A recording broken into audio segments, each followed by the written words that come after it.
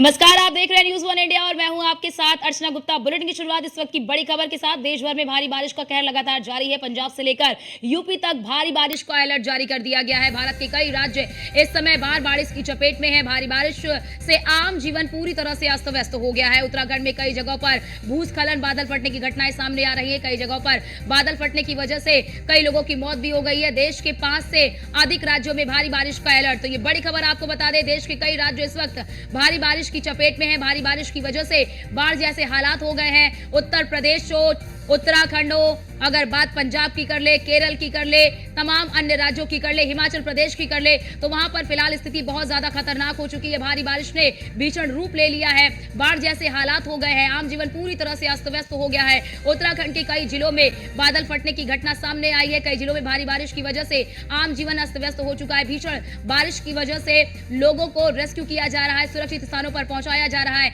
आपने केरल के वायनाड की तस्वीर देखी होगी कि किस प्रकार से वहां पर मौत का आंकड़ा 256 से अधिक हो चुका है। उत्तराखंड की बात कर ले तो उत्तराखंड में भी बादल फटने की वजह से कई लोगों की मौत की जानकारी सामने आ रही है। हिमाचल प्रदेश के कुल्लू मनाली की बात कर ले तो वहां पर भी स्थिति इसी प्रकार से है। वहां पर बारिश ने भीषण रूप ले लिया है। नदियां जो है वो खतरे के निशान से ऊपर बह रही है। कई घर जलमग्न हो गए हैं। दुकान हो, मकान हो, सब कुछ जलमग्न हो चुका है। बात अगर दिल्ली एनसीआर की कर ले तो दिल्ली एनसीआर में भी कल कुछ ही घंटे बारिश हुई और कुछ ही घंटों की बारिश ने सब कुछ देख सकते हैं। आपकी पूरी चीजें जो है वहां पर अस्त व्यस्त नजर आ रही हैं। कई रास्तों पर जलभराव की स्थिति देखने को मिली। कई घंटों तक लोगों को जाम में फंसे रहना पड़ा, यानी कि कई घंटों तक जाम की स्थिति देखने को मिली। कई जगहों पर जलभराव की स्थिति देखने को मिली। हालांकि कई राज्यों में हालात इस तरह के हो गए हैं कि जहां पर नदियों के किनारे जो लोग रहते हैं उन्हें सुरक्षित स्थानों पर भेजा जा रहा है। राहत बचाव कार्य लगातार किया जा रहा है।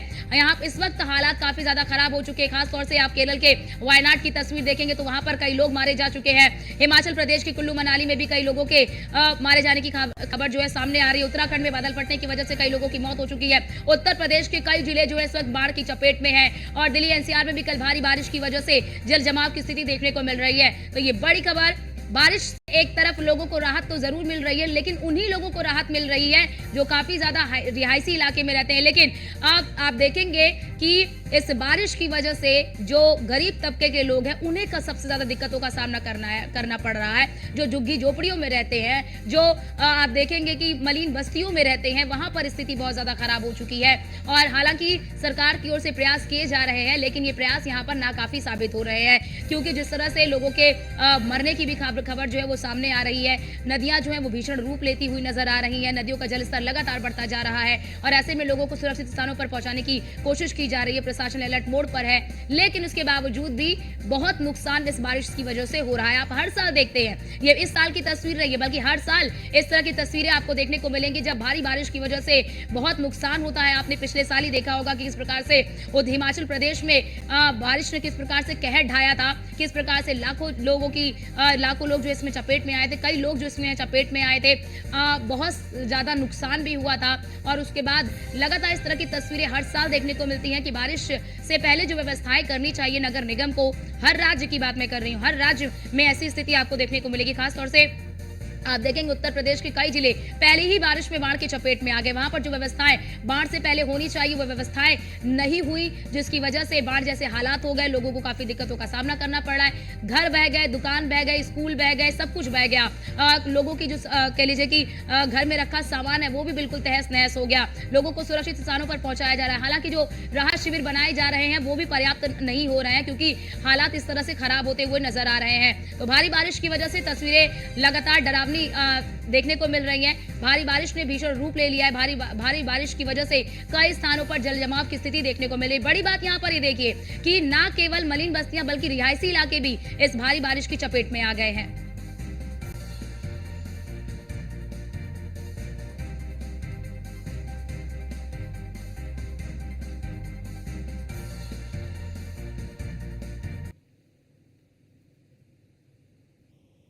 तो हमने तो आपको खबर बताई कि बारिश की वजह से क्या स्थिति उत्पन्न हुई है, और अब आपको अधिक जानकारी देने के लिए हमारे साथ हमारे संवाददाता ग्राउंड जीरो से हमारे साथ जुड़ चुके हैं। पीयूष तिवारी हमारे साथ नोएडा से जुड़ चुके हैं, मोहसिन हमारे साथ मेरठ से जुड़ चुके हैं, और हमारे साथ हमारे संवाददाता लखनऊ से अश्विनी भी हमारे साथ जुड़ चुके हैं। लेकिन पीयूष, पहले आपके पास आना चाहूंगी कि नोएडा में कल हमने देखा किस प्रकार से भारी बारिश हुई, लेकिन कुछ ही घंटे की बारिश के बाद पूरी जगह से हमने देखा कि तस्वीरें सामने आई कि जल जमाव जैसी स्थिति जो है वो सामने आ रही है।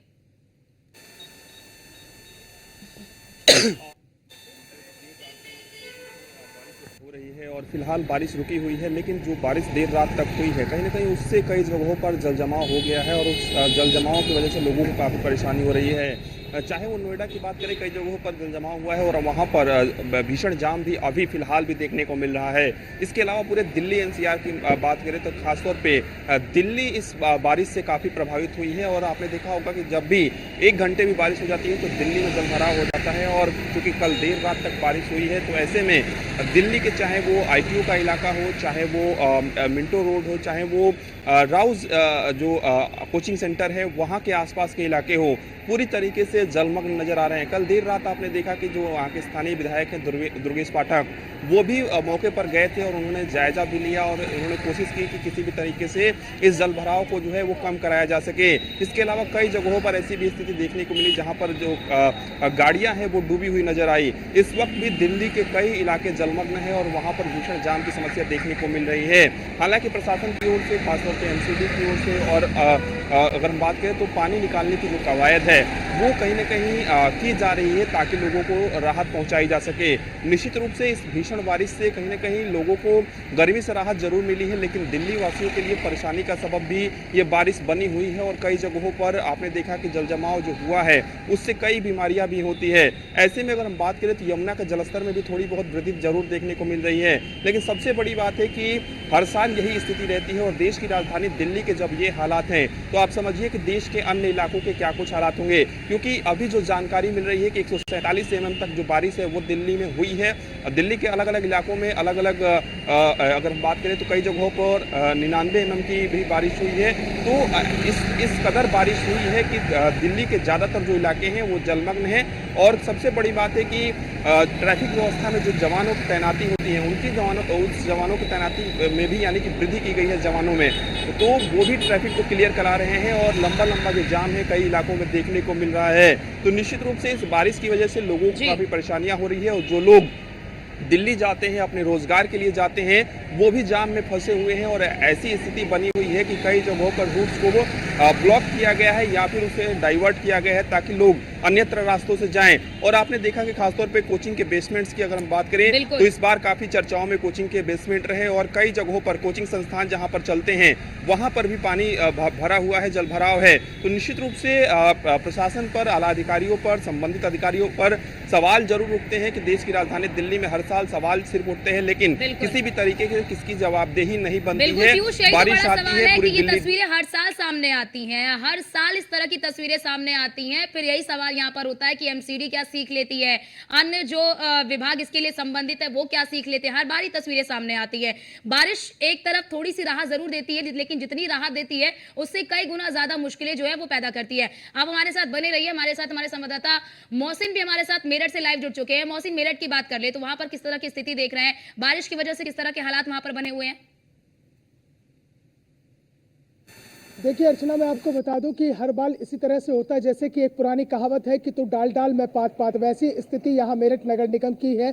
नगर निगम यहाँ दावे और वादे तो बहुत करता है लेकिन उसे धरातल पर उतारने की कोई कोशिश नहीं की जाती है। मैं यहाँ अगर मेरठ की बात करता हूँ तो कल रात में महज 1 घंटा बारिश हुई है और उस 1 घंटे की बारिश ने जो पूरे शहर को जलमग्न कर दिया। खासतौर से जो शहर के पुराने इलाके हैं, कोतवाली, घंटाघर, कोटला बाजार, श्यामनगर, लिसाड़ी गेट, इन तमाम इलाकों में जल भराव की ऐसी स्थिति हो गई कि लोगों का घर से निकलना तक दूभर हो गया। खास तौर से यहाँ पर 2 बड़े आबू नाले हैं, एक आबू नाला है, दूसरा ओडियन नाला है। वहां पर जो नाले का जो पानी है वो सड़कों पर उतर आया और ये भी पता नहीं लग रहा था कि जहां सड़कों में गड्ढे हैं वहां नाले और गड्ढों में कोई फर्क नजर नहीं आया, वो एक साथ सब आ गए। दरअसल नगर निगम मानसून आने से पहले दावे तो बहुत करता है कि हम नालों की सफाई कर रहे हैं, लेकिन जमीनी स्तर पर ऐसा कुछ नहीं होता और नालों की सफाई ना होने की वजह से जब नाले ओवरफ्लो हो जाते हैं तो वो रास्ते पर उनका गंदा सारा पानी आ जाता है। ये हाल केवल पुराने इलाकों का नहीं है, बल्कि जो शहर के नए इलाके हैं, यहाँ तक कि जो मुख्य मार्ग है, चाहे वो बेगम पुल की बात करें, आबू लेन की बात करें, या फिर इसके अलावा जो है पीएल शर्मा रोड की बात करें, तमाम ऐसी सड़कें हैं जो पूरी तरह से जहां पर जल जमाव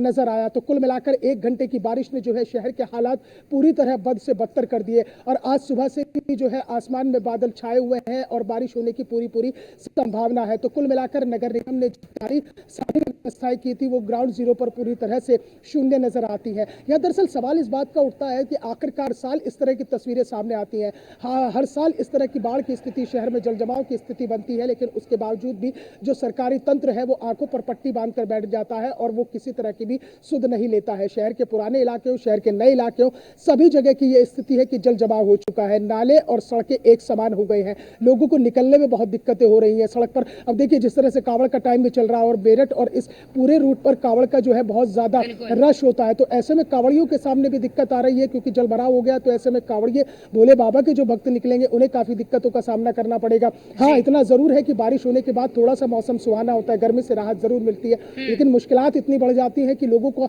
निकलना और घर से चलना तक दूभर हो जाता है। तो कुल मिलाकर तस्वीर उसी तरह से है कि कहीं ना कहीं जो है ये जो व्यवस्थाएं है ना, उसमें कहा जा सकता है कि ये सब ऊंट के मुंह में जीरा साबित हो रही है। आप दावे तो बहुत बड़े बड़े करते हैं, आप वादे बहुत बड़े बड़े करते हैं, लेकिन ग्राउंड जीरो पर जब उन्हें उतारने की बात होती है तो वहां आप पूरी तरह से शून्य नजर आते हैं। और यही वजह है कि जो नाले ओवरफ्लो हो जाते हैं, उसका जो गंदा पानी है वो न केवल सड़कों पर आता है लेकिन लोगों के घरों तक में अंदर पानी घुस जाता है। तो कुल मिलाकर ये मानसून जो आया है उसको लेकर जो दिक्कतें सामने आ रही हैं उस पर अभी तरह से नगर निगम मेरठ कोई सुध लेने के लिए तैयार नहीं है।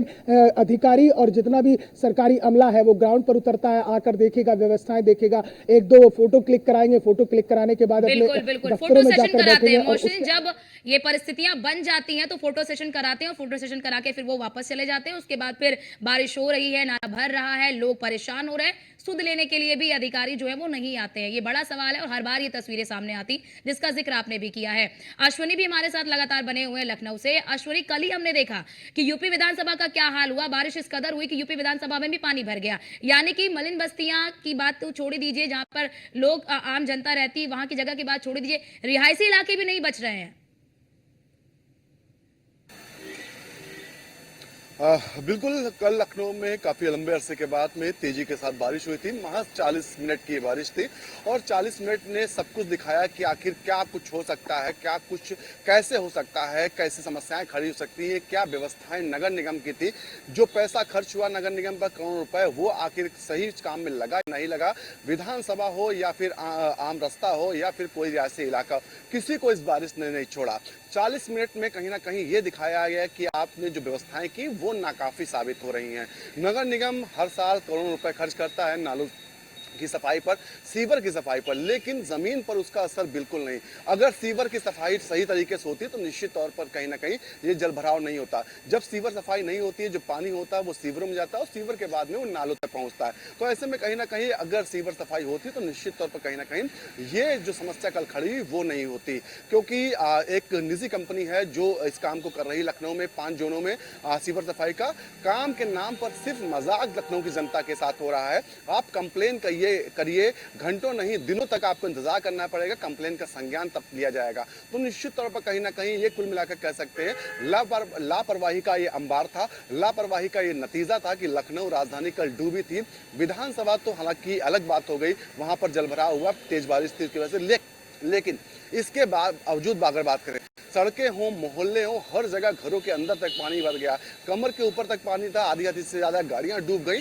तो निश्चित तौर पर कहीं ना कहीं सवाल खड़े होने लाजमी है कि नगर निगम जो बड़े बड़े दावे कर रहा था कि जो व्यवस्थाएं हैं वो एक तब चाक चौबंद हैं, कहीं पर कोई समस्या नहीं होगी, लेकिन 40 मिनट की जो बारिश ने उनको आईना दिखा दिया कि आपकी व्यवस्थाएं जो थी वो जमीन पर नहीं है, सिर्फ कागजों पर हैं। क्योंकि चाहे मेयर सुषमा खरगवाल हो, चाहे नगर आयुक्त रंजीत सिंह हो, इसके अलावा तमाम आला अधिकारी हैं, सभी लगातार कह रहे थे। और अश्विनी यहाँ पर बड़ा सवाल ये भी होता है, बड़ा सवाल यहाँ पर अश्विनी यहाँ पर बड़ा सवाल ये भी, अश्विनी यहाँ पर बड़ा सवाल ये भी कि बारिश का जब सीजन शुरू होता है, शुरू होने से पहले हमने देखा कि योगी आदित्यनाथ कितनी बैठकें करते हैं और वो बैठक करके लगातार अधिकारियों को दिशा निर्देश दे रहे होते हैं कि आप भाई पूरा तैयारी करिए, किसी को भी कोई दिक्कत ना हो। लेकिन अधिकारी को जो निर्देश दिया जाता है वो अधिकारी उसकी सक्रियता से उसका निर्वहन नहीं करते हैं और यही वजह है कि ये तस्वीर हमें हर वर्ष देखने को मिलती है। बिल्कुल, मुख्यमंत्री जो है निर्देश दे सकते हैं, पैसा दे सकते हैं उसके लिए, लेकिन जी। वो खुद जाकर काम नहीं कर सकते। हुँ। वो काम ज़िम्मेदारी होती है नीचे के जो अधिकारी होती हैं उनकी। नगर आयुक्त की ज़िम्मेदारी होती है, नगर निगम के अधिकारियों की ज़िम्मेदारी होती है कि वो व्यवस्थाओं को बेहतर रखें। सरकार जो पैसा जनता के लिए दे रही है उसका सही उपयोग हो, लेकिन कहाँ आखिर उपयोग हो रहा है? अगर उपयोग हो रहा है तो व्यवस्थाएँ चौपट क्यों हुई? अगर उपयोग हो रहा है तो लोगों को परेशानी क्यों हुई? अगर बिल्कुल, उपयोग हो रहा है तो लोग समस्याओं से क्यों जूझे? सब बड़े बिल्कुल। सवाल हैं, जवाब किसी के पास नहीं, चाहे वो नगर आयुक्त हो, चाहे ज़िम्मेदार कोई अधिकारी हो। तो निश्चित तौर पर ऐसे में कहीं न कहीं ये कहा जा सकता है कि बारिश नहीं आफत बनकर आई थी और कहीं न कहीं नगर निगम को आईना दिखाकर चलेगी। अगर भी बिल्कुल, अगर बिल्कुल और अश्विनी आगे भी यहाँ पर अगर बड़ा सवाल ये नगर भी निगम नहीं कि सुधरता पहली तो ही निश्चित बारिश तौर में हमने देखा कि पहली ही बारिश में उत्तर प्रदेश के कई जिले जो है वो बाढ़ की चपेट में आ गए। आप हमारे साथ बने रहिए, नोएडा से हमारे साथ लगातार पीयूष भी बने हुए हैं। पीयूष, यहाँ पे बड़ा सवाल ये कि छोटी-छोटी बस्तियों को तो छोड़ ही दीजिए, बड़े-बड़े जो दिल्ली के रिहायशी इलाके हैं, वो भी पहली बारिश में ही जलमग्न नजर आए। लुटियंस दिल्ली की बात कर लीजिए, तो पहली ही बारिश में हमने देखा किस प्रकार से कई सांसदों के घर में पानी घुस गया। बिल्कुल, अगर हम बात करें तो आपने देखा कि पिछली बार किस तरीके से जो समाजवादी पार्टी की ओर से सांसद हैं रामगोपाल यादव, उनके आवास में पानी भर गया और उनको बाकायदा गाड़ी तक ले जाने में भी काफ़ी असुविधा लोगों को हुई थी। और सबसे बड़ी बात है कि बाकायदा उन्होंने सोशल मीडिया पर इस बात का जिक्र भी किया था और बाकायदा उसकी वीडियो भी तमाम जगहों पर आई थी। ना सिर्फ रामगोपाल यादव के आवास की बात करें बल्कि अन्य कई सांसद हैं जो उस इलाके में रहते हैं, उनके भी आवास पर इस तरीके की स्थितियाँ देखने को मिलती है। जब हल्की फुल्की बारिश हो जाती है या फिर लंबी भी बारिश होती है तो और भी भयावह स्थिति हो जाती है। सबसे बड़ी बात है कि चाहे वो पार्टी का कार्यालय हो कई पार्टियों के या फिर अन्यत्र कई जगहें हो जहां पर इस तरीके की स्थिति देखने को मिलती है। सबसे बड़ी बात है कि जिस तरीके से कोचिंग संस्थाओं की अगर हम बात करें, कल भी आपने देखा कि जैसे ही ये बारिश हुई उसके बाद कोचिंग संस्थाओं के बाहर भी पानी जो है वो भर गया था और तमाम छात्रों ने कल देर रात भी प्रदर्शन किया है। ये इस बात की बानगी है कि अगर कोई हादसा भी होता है उसके बाद भी जो है वो एमसीडी या प्रशासन जो है वो सुध नहीं लेता है। आपने देखा होगा कि जब राउस कोचिंग सेंटर की अगर हम बात करें उसके बाद तमाम दावे किए गए कि जो भी जिम्मेदार होंगे उन पर हम कार्रवाई करेंगे, लेकिन सुध क्या ली गई? क्योंकि वहां के आसपास के इलाकों में अभी भी जो पानी है वो कई जगहों पर भरा हुआ है। ऐसे में सरकारों की ओर से निश्चित रूप से हर साल दावे किए जाते हैं और कहीं न कहीं आरोप प्रत्यारोप की जो राजनीति है वो भी की जाती है। भारतीय जनता पार्टी आम आदमी पार्टी पर आरोप लगाती है, आम आदमी पार्टी भारतीय जनता पार्टी पर आरोप लगाती है, लेकिन परेशानी जो होती है वो इस बीच में जनता पिसती है और जनता को परेशानी होती है। खासतौर पे ऐसी भी तस्वीरें देखने को मिली जहां पर रिहायशी घरों में भी इस तरीके से जो पानी है वो भर गया। लोग देर रात तक जगे रहे, अपने सामानों को ऊपरी हिस्सों में पहुंचाते रहे। ये स्थिति भी कई जगहों पर देखने को मिली है। इस वक्त की अगर हम बात करें तो दिल्ली में हमेशा से ही इसको लेकर समस्या रही है कि चाहे वो तो हल्की सी बारिश हो जाए या 1 से 1.5 घंटे भी बारिश हो जाए तो थोड़ा बहुत जब पानी भरता है तो स्थिति ऐसी हो जाती है कि करीब 1 से 1.5 किलोमीटर तक जो लंबा जाम है वो लग जाता है।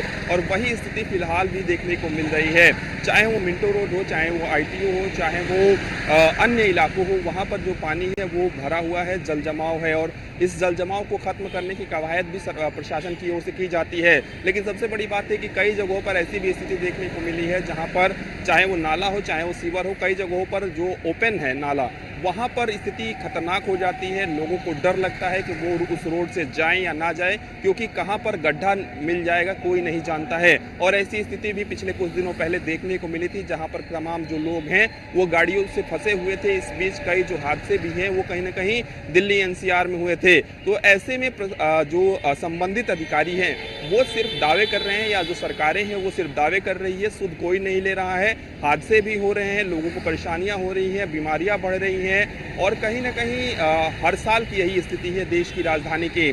चाहे वो संसद भवन की बात करें या फिर अन्यत्र कई जगहों पर ऐसी भी स्थिति देखने को मिली जहां पर छत से जो है वो पानी टपक रहा है। तो निश्चित रूप से जवाबदेही तय करनी होगी, क्योंकि लगातार ये मामले जो है वो कोर्ट में भी जाते हैं। पीयूष, यहाँ पर बड़ा सवाल जो आपने उठाया कि बस आरोप प्रत्यारोप होता है कि 15 साल MCD आपके पास रही, आपने क्या किया, और बीजेपी कहती है MCD अब आपके पास है, आपने क्या किया। तो बस आरोप प्रत्यारोप ही हमें देखने को मिलता है और इससे ज्यादा कोई तस्वीरें बदली हुई दिल्ली में हमें नजर नहीं आती हैं। जितेंद्र हमारे साथ जुड़ चुके हैं। जितेंद्र, आपके पास आऊंगे, लेकिन मोहसिन आपके पास पहले आना चाहूंगी। बड़ा सवाल यहाँ पर, हर बार इसी तस्वीर को देखने के पीछे का क्या कारण है? क्या कारण आप समझते हैं कि हर बार हमें इस तरह की तस्वीरें देखने को मिलती हैं? क्या इसके पीछे ये बड़ा कारण है कि जिम्मेदार अधिकारियों पर कार्रवाई ना होना, कोई स्ट्रिक्ट एक्शन ना लेना, ये बड़ी वजह है कि जो अधिकारी वो सोते रहते हैं और उसके बाद फिर ये तस्वीरें हर वर्ष हमें देखने को मिलती हैं?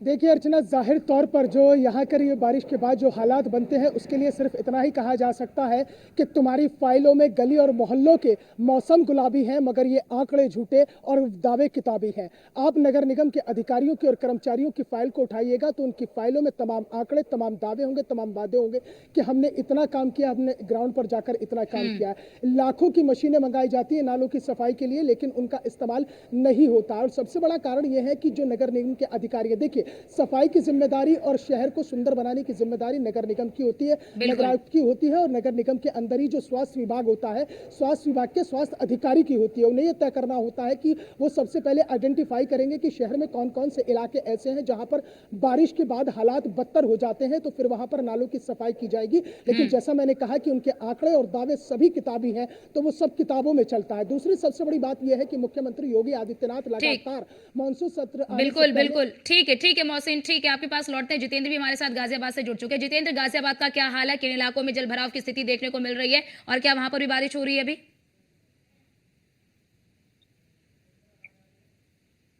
जितेंद्र, आवाज आ रही है आपको? हाँ जी, बिल्कुल आवाज आ रही है। अगर गाजियाबाद की बात करें तो गाजियाबाद में कल शाम से जब से बारिश हुई है, सबसे ज्यादा दिक्कतें गाजियाबाद के साहिबाबाद इलाके में हुई है, जहां पर लोगों के घरों में पानी भरा है। वहां पर बताया जाता है कि जिस तरह से नालों को बनाया गया था, जिस तरह से उनका डिजाइन किया गया था, वो ऐसे डिजाइन है जिसके चलते पानी हमेशा उससे ओवरफ्लो होता आया है। और सबसे बड़ी बात, नगर निगम की तरफ से जो सफाई समय समय पर होनी चाहिए थी वो नहीं हो पाता है, जिसके वजह से कल रात लगभग 12 से 13 घर ऐसे थे जिनके घरों में पानी भर गया और उनका लाखों का नुकसान बारिश के पानी की वजह से हो चुका है।